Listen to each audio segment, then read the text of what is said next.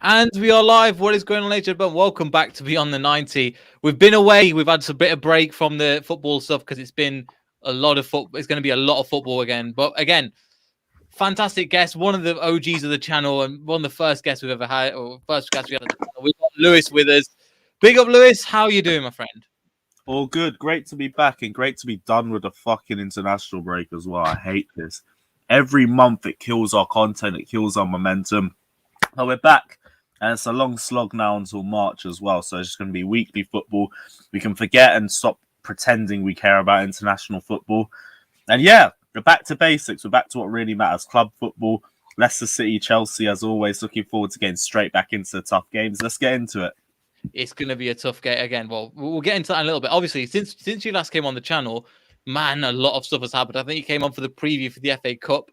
And then, so last time we were on, we won the FA Cup. You won the Champions League. It's all just been a bit mad. So winning. Everyone's happy. Yeah, exactly. But yeah, apart from that, how's everything been since that? That one's been quite special. Since winning the Champions League. Yeah. Oh, it's been glorious. I've been rubbing it in everybody's faces. We've still got another 6 or 7 months to go with it before we either hopefully win it again or we have to drop the title. But who knows? Could be world champions as well by that point. But yeah, it's been brilliant for us. Like, top of the league. Mostly, well, I was going to say unbeaten in the Champions League, but I forgot about Juventus. Yeah, I mean, it's been amazing for us. We couldn't have asked for much more. We just need Lukaku to start meshing well with the attack, and then everything will be perfect. But other than that, we're all good. We're all good. Fair enough. Just a couple of big up to Ryan in the chat Big as up, well, Ryan. already there. Catches on again. If you're not, I don't know if you broke the news now that we'll both be on. I don't know if we'll break the news. I'll break it tonight as well on Twitter. The fact that we're both going to be on Don Robbie show, which will be a madness. So get ready for that. First time we've ever properly met as well. Yeah, will be so. I just want to see how much taller you are than me. Okay, we'll wait for that in person. About 6 foot. You're only 6 foot.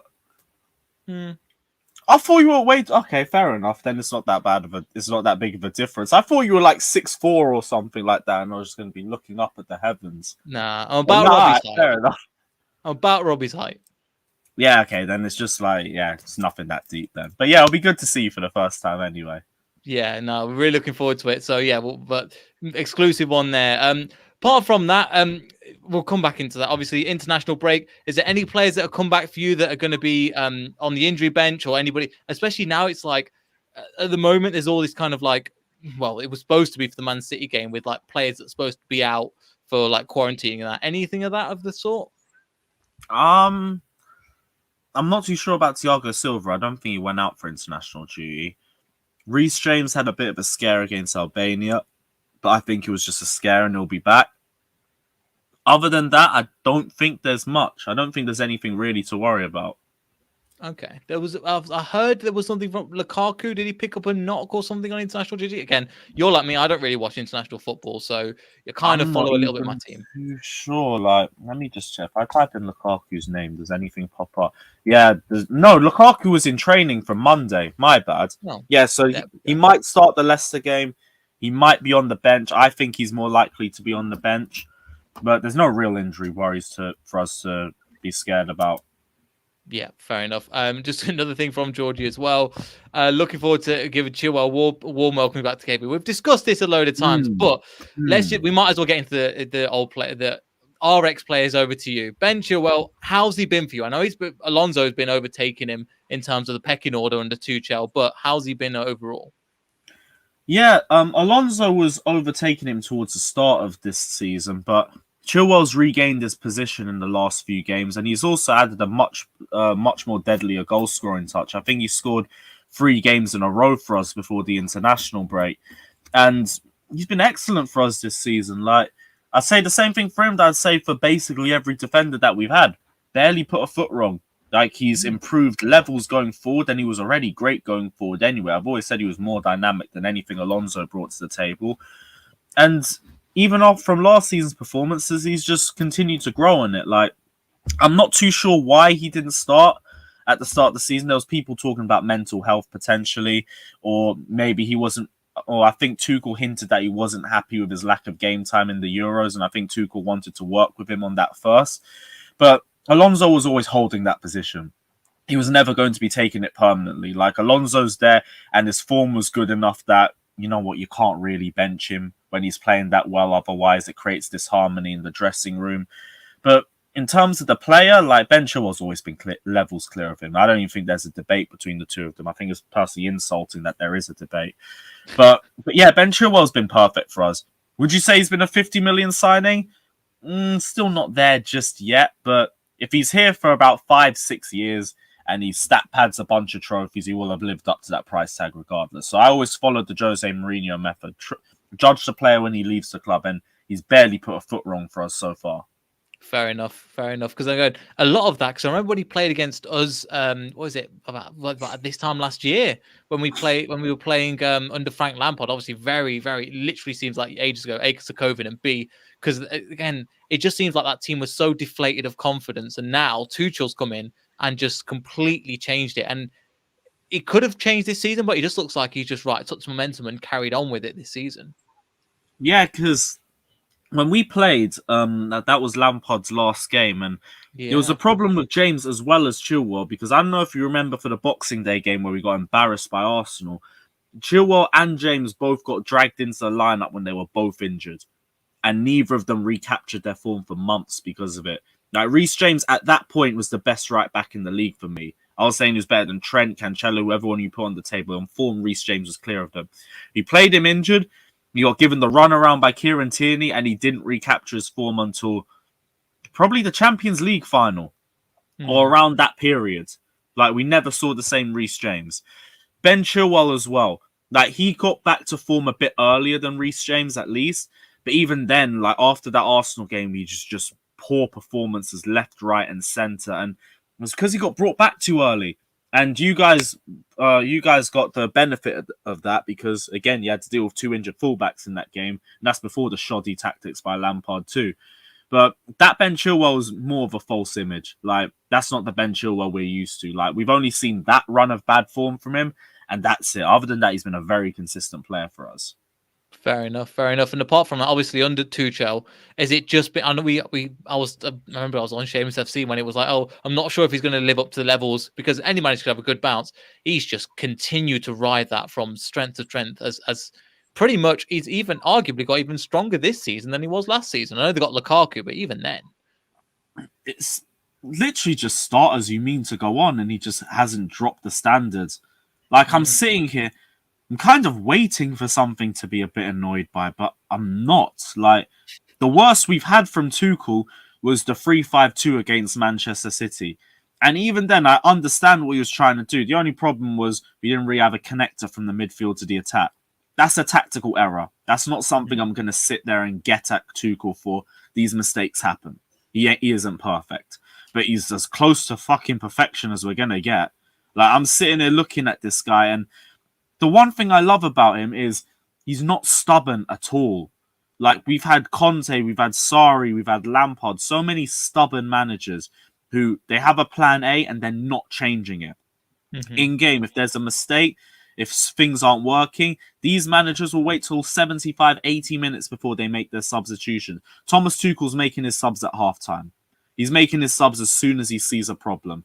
And that changes so many games for us. Like, there's the Tottenham away game, for example, where we were struggling to break down Spurs' midfield. We put an extra midfielder on. We brought on N'Golo Kante. We wiped them out in the second half. There's got to be other games off the top of my head. I think the Aston Villa game. Was it the Aston Villa game? No, Newcastle. That was it. Where we brought off Ziyech, we brought off Kante, who just wasn't working in that game, and we scored 48 seconds after he made those substitutions. There was the Malmo away game, where we were struggling going forward, and he switched Ziyech and Hudson-Odoi from the right side and the left to opposite wings, and they both combined to score our only goal of the game. Every single time, Tuchel knows what he has to do to change things up, and he doesn't wait. He does it immediately, and I think that's... Is it a rare thing to see from managers? Was it Liverpool? Because I know he got players sent off, but he put on Thiago Silva and was like, right, I know the plan here. Yeah, he brought on Thiago Silva. I think he brought Jorginho off as well because he was getting slightly overplayed. But Liverpool, I don't really think too much because I think regardless, if we 10 sat back men. at Liverpool for 45 Yeah. minutes, we're going to But again, hold he it. changed the tactics to know what the players knew what to do. Then that's Thomas Tuchel for you all over. Like this guy, if you guys isolate a part of our squad, he's going to sort that in the second half. Now, our only biggest weakness is that because of that, we seem like more of a second half team. First half, we dominate possession, but we just struggle to break through teams. Tuchel figures out what he needs to do to open up gaps. He does it, and the second half we look like a completely different side. And I've always said with Chelsea, it's the biggest Michael Owen comment going, but as soon as we score, that's when we're at our most dangerous because you're not scoring after then. We'll sit back. Really? We're going to be ridiculously hard to break down, and you're going to open up more spaces, and that's going to give us more chances to get more goals. It happens nearly all the time. The only anomaly to that was the Burnley game, and that one was just a bit of a stinker. Rudiger fell asleep, is what it is. Yeah, I was going to come on to that a little bit. Again, we'll come on to defensive because their City defensively are not there of recent. And we're guaranteed to concede goals. I think we've talked about that on Shameless before. But in terms of the Burnley performance, obviously, I'm just looking at the formation. Bring it up now. But in terms of obviously like the front three of Hudson-Odoi on the left, Barkley on the right, and then Havertz through the middle. I did look at that and just went, what's happened there? I think Ziyech didn't start because he's just been poor this season, if we're being honest. I can't really say too much about him. I'll give Barkley credit. His build-up play is way better than we had from Ziyech all season. But he's probably the worst finisher in the squad. And that's saying something with some of the terrible finishes that we have. Because I've always said our finishing is one of our biggest issues. Barkley, though, he plays like he has an agenda against the fans behind the goal because he's always licking the ball at them every single time. And he did that about 4 times in that game. Kai Havertz, same thing as well. Technique's good. Everything's good. But I need him to be more physical and I need him to put his boot through the ball. Like he places it all the time and the keeper has the easiest job trying to save his shots because there's not a lot of power behind it. And I just need him to bulk up a little bit more. And this game, like, build-up play was excellent. Chance creation was excellent. There's no finisher. And this has been the only issue with Chelsea because it's like for us, we play that sort of game and it's screaming for Lukaku because we need a player of that profile. And then we play Lukaku, and because he's come so late into the team and he's come so late into the season, he's tactically not there with the rest of the squad because he hasn't had a preseason with Tuchel. So they don't know how to play with him. So we just look like a lost team going forward with Lukaku. And when we don't have him, we need Lukaku. So it's not really the worst issue in the world, but it's a problem for now. I think it's something that gets sorted out later, but for now it's a problem. Because everyone's saying Lukaku's washed and like it's been a poor transfer. It really hasn't. Lukaku's exactly what we needed. It's just if he came a month earlier, maybe 2 months earlier, we don't have this problem. But he came too late. He came 2 days before the start of the season. Like he's physically all there. He doesn't need to get up to match sharpness or anything. He's just not there tactically. And that just needs work. Yeah, and I think I'll just take time again with the international. Well, with games now, he's going to get the opportunity as well. One thing, obviously, Lukaku is not just known for is just his physicality. And you just said before as well, with when you score one, you tend to score more, which makes me really not happy. Because how are you guys from set pieces? Because defensively, I'm not going to lie, we are not great at the moment. If not, that's being kind. I mean, we have bodies for it. Play 3 defenders up top and everything. Lukaku up front as well would be a threat. But it's not really the same as it was last season. Like last season when you got players like Giroud, Kurt Zouma, who I've said is like one of the most dangerous headers of a ball in the world, let alone in the league. We don't really have that anymore. Rudiger and Christensen, Thiago Silva can all get up there. Like there's a potential of it, but I still think we have lost a little bit of that bite from last season. But that's just only in set pieces. Yeah, I still think it's going to be again, Leicester are just not on form. I mean, obviously Chelsea are coming right into form. And that's going to be something that's going to, I think, play into the game. We've seen against Man United when we came from international break, we were raring to go. And especially at the King Power, we can turn it up. but I've got a feeling that this is going to be a bit of a tough one for Leicester City at the moment. Well, we'll come back to a little bit in terms of former players.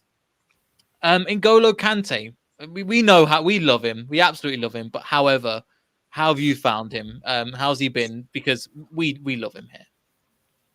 I mean, everyone's going to talk about his brilliance in the run to the Champions League, and I won't take anything away from the individual performance that we saw from him, but as a player, I do think like injuries have definitely got to him, and you can't play him every single game anymore.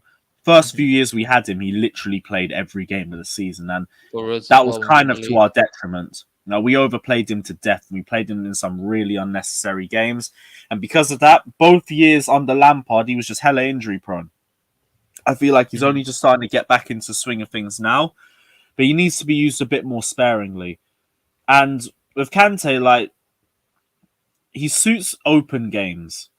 But games like Burnley and Newcastle, Malmo, where we dominate possession, we dominate the ball, we don't really need him in those sorts of games. We need players that I think are better in possession. I think Jorginho and Kovacic are. Like, I love N'Golo, but I've always had questions about his final ball. Like, it's not really there. His brilliance comes from build-up play. It comes from ball progression. The final pass can be there. Like Real Madrid's second leg. Both goals were Kante assists. And that's like the one game where I put my hands up and I was like, fair play. You know what? That's a 10 out of 10 performance. But other than that, like, I think because of Kante's character and everything, fans will always be quick to defend him, which is why I've had so many arguments with Kante fans over the years where I've been like, he's not a natural DM, no matter how much you want to try and drill it into your heads, he's not. And his final ball is not there. Double pivot. Yeah. Exactly. Same thing for you guys. But everyone thinks he's a DM because FIFA tell you he's a DM. It's jarring. But at least Frank Lampard proved me right when he played him in loan DM for about 3 months and City and Arsenal came up out of nowhere and we got spammed. But is what it is. Like, quality player, Chelsea legend, Leicester City legend as well. But injuries have definitely started catching up to him a little bit by now. Yeah, because he's getting on is he getting on for 30 soon? 30. I think he's 29 turning 30. Where he might already be 30. That's mad. I mean, I remember we got him from Kai. I don't know if you know the story of like when we got him from Kai, and I was like, okay, this dude's all right. And yeah, man, that's mental. We got him again. He's one of the best. One of our scouts got him, and they started playing him on the wing. And they were, because he was like, right, he got so much pace, he's got so much energy, just stick him on the wing. And then they realized after a while, okay, this guy can play centre mid. And we were just like, who is this dude? And after a couple of months, we did with De Bruyne. So, you're pacey, go on the wing. Yeah. Played him out left wing. And then we ended up moving into centre, and I was like, oh, this guy's actually all right. And I think the match that we really saw the best out of him was Tottenham in the Cup. We end up drawing 2-2 from a stupid the guy wasn't even looking, and it was the handball that wasn't a handball, one of them Tottenham lucky things that they still. But there was a lot of promise in that squad. But apart from that, in terms of like the international break, is there anybody that stood out for? I don't really watch the international break. I've had a nice break, but for Chelsea, it's really made moves that was going to come into it, because I've heard Reece James was doing bits as well. What players to look out for? Players to look out for, yeah, especially who are really on form. Which, in terms of you being top of the league, is kind of everybody. That's the thing. Like, I'd say the whole defense, really. Whole defense. Jorginho, Kovacic has been our best midfielder this season. Reece James, definitely. Like, he's been raking in goals and assists this season from right wing back. 4 goals. I don't know if I posted that. 4 goals, 3 assists. The dude's got as many goals as Ronaldo this season. It's ridiculous, and he could have nearly got a hat trick at Newcastle if he decided to take the penalty for the 3rd goal. But we move on that. But Reece James has been our most dangerous player so far on form. Jesus. The rest is the defense, and Edouard Mendy as well. I can't forget him. He's been ridiculous for us this season. I was going to say... Everyone says he gets protected by the back 5. He really doesn't. There's been times where he's protected the back 5 himself. This is one thing I was going to mention. I've got people finally starting to rate Mendy. I think Mendy's been a great keeper since he's come in, but I think this season especially, people have actually started to pay attention to how good he is.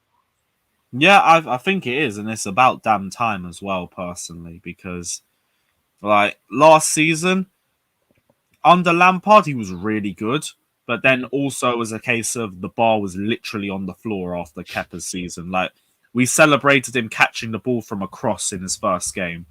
Like literally, the whole timeline was everyone celebrating. He caught the ball. He caught the ball. We're saved. We have a goalkeeper. That's how low the bar was for him.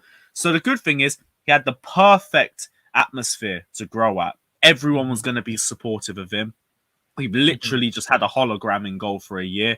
Just be average. You could be average and it's fine. Like the only problem under Lampard towards the end was I thought on the ball he wasn't really the best. Under Tuchel, that's completely changed. Petr Cech's made him such a better goalkeeper all round as well. Every level of his game is at an elite level.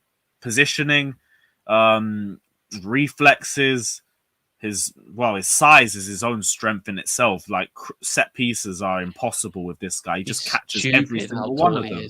Yeah, his presence is a joke. And then there's just decision making. Everything, every aspect of his game is at a top level. Like I don't look at him and I don't see a single weakness with him at goal. So he has to be up there too. Our only weakness is creating. That's just it. Yeah, that's kind of where Leicester are at the moment. So press conference was out.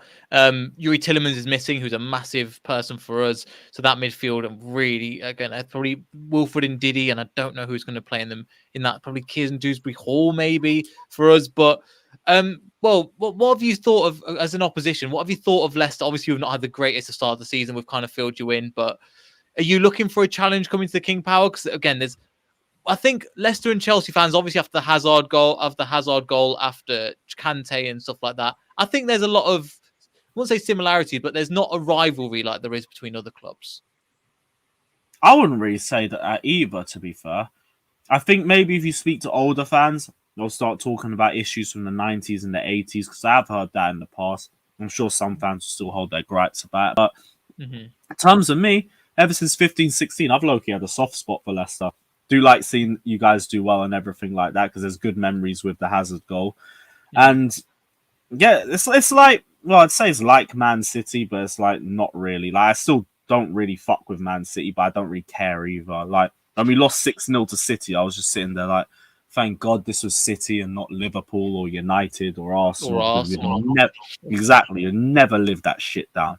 City, it's well, whatever. Like it's embarrassing, but I don't care.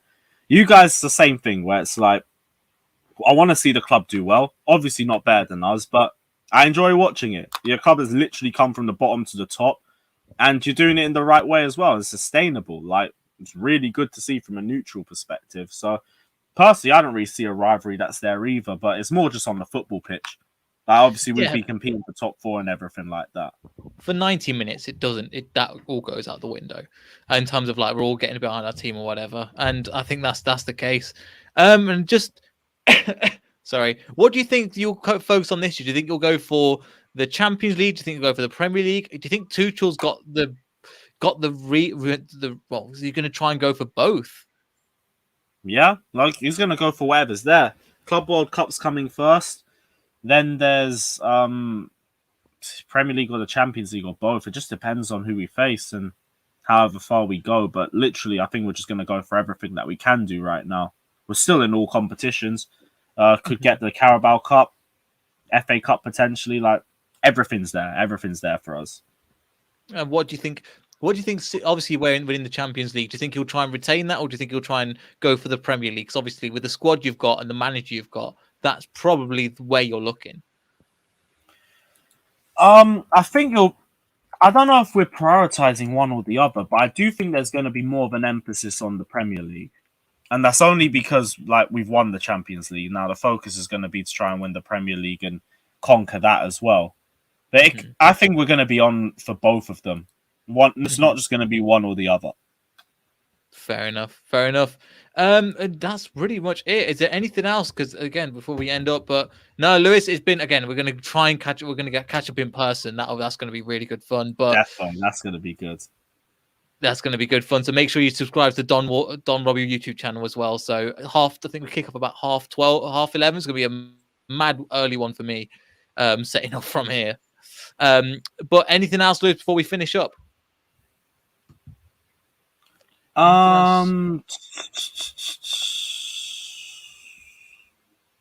Not really. I'm just looking forward to the game on Saturday. Yeah, it's going to be a good one. Again, just I've got my train at 9 o'clock in the morning from the train station, which is not that close to my house. I'm like, right, this is going to be another one of them early ones. But again, make sure you subscribe to Don Robbie YouTube channel. You're going to see it both there. I'll put that on Twitter tonight as well. So make sure you check out Lewis. His channel is down in the description. If you don't already know, come on, man. You've seen him on Shameless FC before. He's the host of Shameless FC. And we'll see everybody in the next video. So goodbye.